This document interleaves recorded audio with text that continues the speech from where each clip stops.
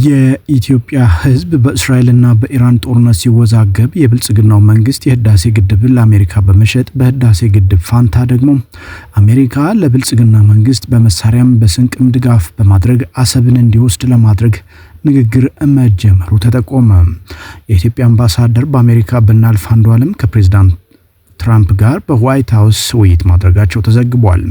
በነጋታው ደግሞ አንድ ከፍተኛ ጥቁር ጄኔራል ወደ ኢትዮጵያ ሄደም ከብርሃኑ ጁላና ከአብይ አህመድ ጋርም ውይይት ስለማድረጉ ተሰምቷል።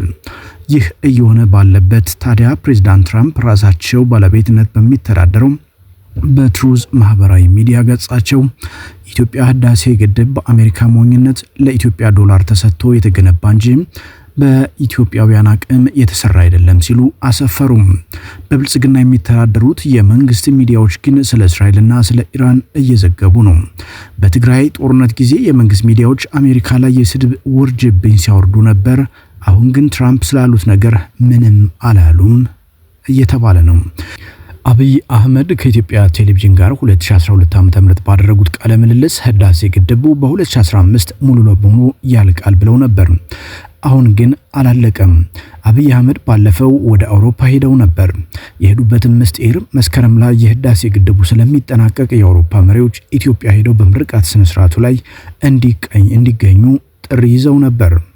የአሜሪካው ፕሬዝዳንት ዶናልድ ትራምፕ ታዲያ በመጀመሪያ ስልጣናቸው ግብጽ የኢትዮጵያ ህዳሴ ግድብ ልትመታ ትችላለች ብለው ነበር። በዚያ ጊዜ በኢትዮጵያ ውስጥ ትልቅ አቧራ ነበር ያስነሳው። ያኔ የመንግስት ሚዲያዎች ትራምፕን ያወግዙ ነበር።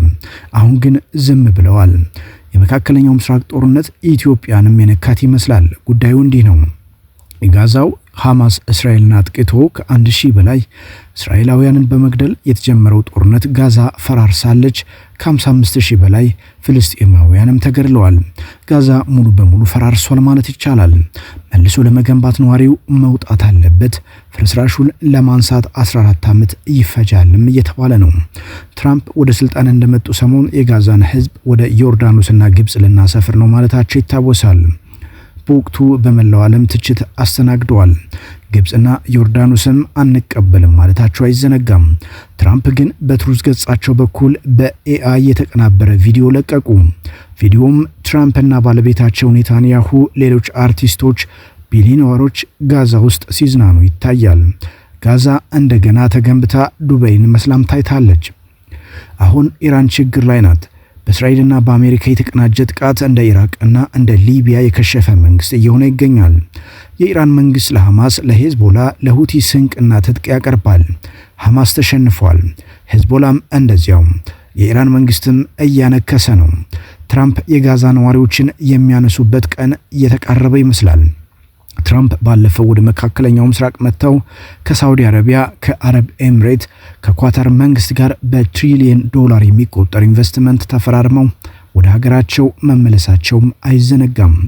ሳውዲ አረቢያ የግብጽን መሬት እየገዛች ነው። ይህንንም የብልጽግና አክቲቪስቶች እየተናገሩ ነው።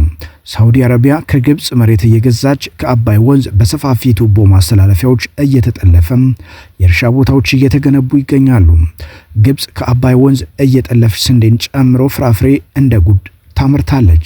ሳውዲ አረቢያም ግብጽ ውስጥ ሰፋፊ እርሻ በመገንባት የግብርና ጥሟን ለማርካት እየሰራች መሆኑ ይታወቃል። ሳውዲ አረቢያና ግብጽ ለትራምፕ ኢትዮጵያ ብዙ ውሃ እንድትለቅ ካደረጉልን ጋዛውያንን ወደ ዮርዳኖስና ግብጽ ማስፈር እንችላለን፣ ኢትዮጵያ ላይ ተጽዕኖ አሳድሩ ብለው ነግረዋቸዋል።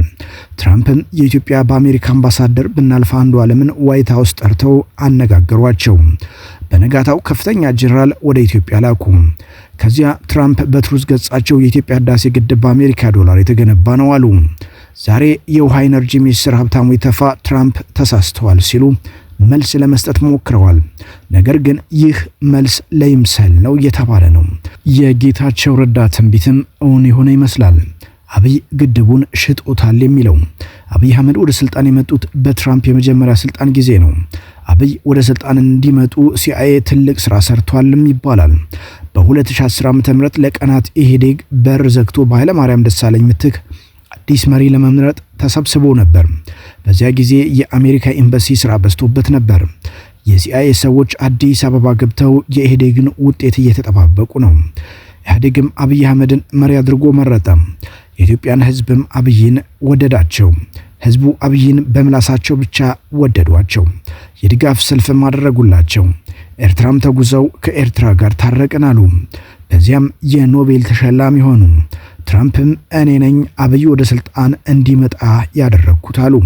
ኖቤል ለኔ ነበር የሚገባኝ ብለው መናገራቸውም ይታወሳል።